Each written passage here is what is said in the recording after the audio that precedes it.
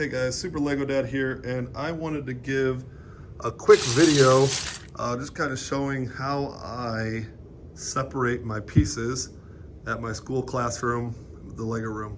So just to show you real quick, we get a ton of pieces just kind of donated or dropped off at the school. So they all come in big buckets, okay, or bags or however. I've also taken the time to kind of bring in a lot of pieces that I've had from home. So like this is a bucket of pieces. They got some stuff in there and they recognize. These are buckets of pieces, and this is how I kept all my pieces at home for the longest time. So between all the bricks that were at my house that are unused and kind of donated pieces, it all starts right here. I usually put it on a table.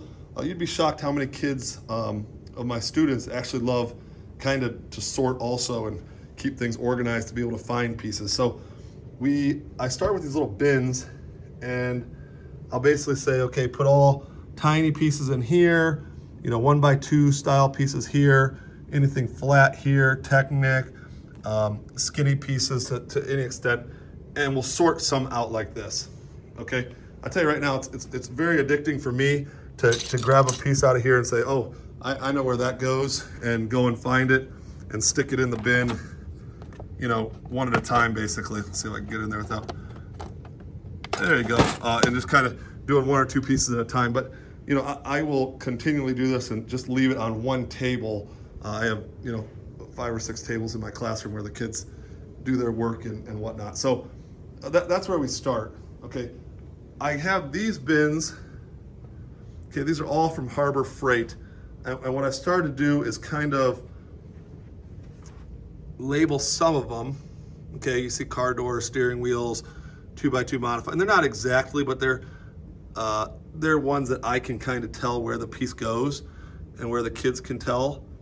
And they'll help me file some in there. So we have about 3 racks of pieces right here. And what I do is, as these bins get more and more filled up, I may say, okay, this one has a lot. Let's separate it because maybe there's 2 styles that are the same. Like if I pull this bin out right here, okay, you can obviously see there's some pieces in there that are different, but they're all kind of the same style.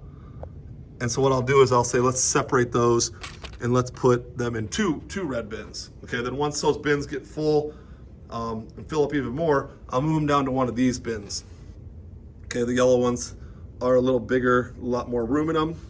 Okay, and if they get super full, oh, there's a piece way under there. I will definitely pick that up. Okay, if they get super full, then they go up in these bins. They're just storage containers. So you have 1x4 bricks here, all the bricks that the kids would build stuff with, 1x6, 2x4s, and they just all go there. And then what I've been working on most recently is these containers. And these containers were all at my house. They're all sorted by color, but now I have them all sorted by piece here because I had double the pieces brought in for the classroom. And the school bought some, donated, my bricks all combined. And basically now I label them. I'll tell you what, probably one of the best things that I've did for my own sanity is, instead of, if this says 2x2, I labeled it 2x2 on both sides. That way, so I don't have to continually flip it around. But now I have about 3 racks or 3 shelves, almost 4, filled of these pieces. And like I said, I have a ton of different styles. I may have some that say doors, some that say windows, small windows, windshields, car parts. There may be some boat parts in there, different things, different slopes, and all that. I do have a little bin right now for some minifigs that the kids like to use. A lot of Technic stuff is in here, but I haven't got an organization for that yet. We don't use a ton of the Technic bricks.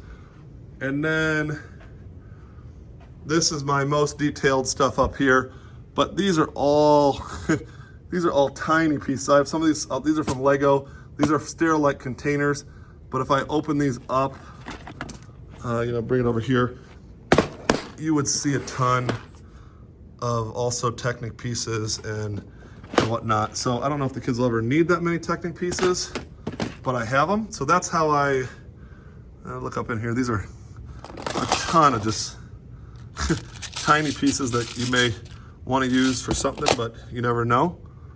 Okay, and then as you come over here, I think I've made a video of my poly bag organization there. Extra pieces, the stunt bikes are all down there. All my wheels are just kind of thrown in a big bin from when we do car stuff. I'll pull all those out. Okay, the We Do kits are down there. Spike kits are there. Usually what I'm having the kids build or what we built, have the kids help me with, goes right here. Obviously that's a Mega Barbie house. That's a JM Bricklayer dinosaur. The kids like to see the different sets. I have tons of Lego sets in here, obviously, all the time. But I kind of just display the sets for them to see throughout the year so they can be like, wow, I like that one or whatever. They're doing a map project right now, and then we'll build the world map up here. And then I have the Duplo letters, Duplo tubes down at the bottom, and then just Duplo bins or Duplo containers.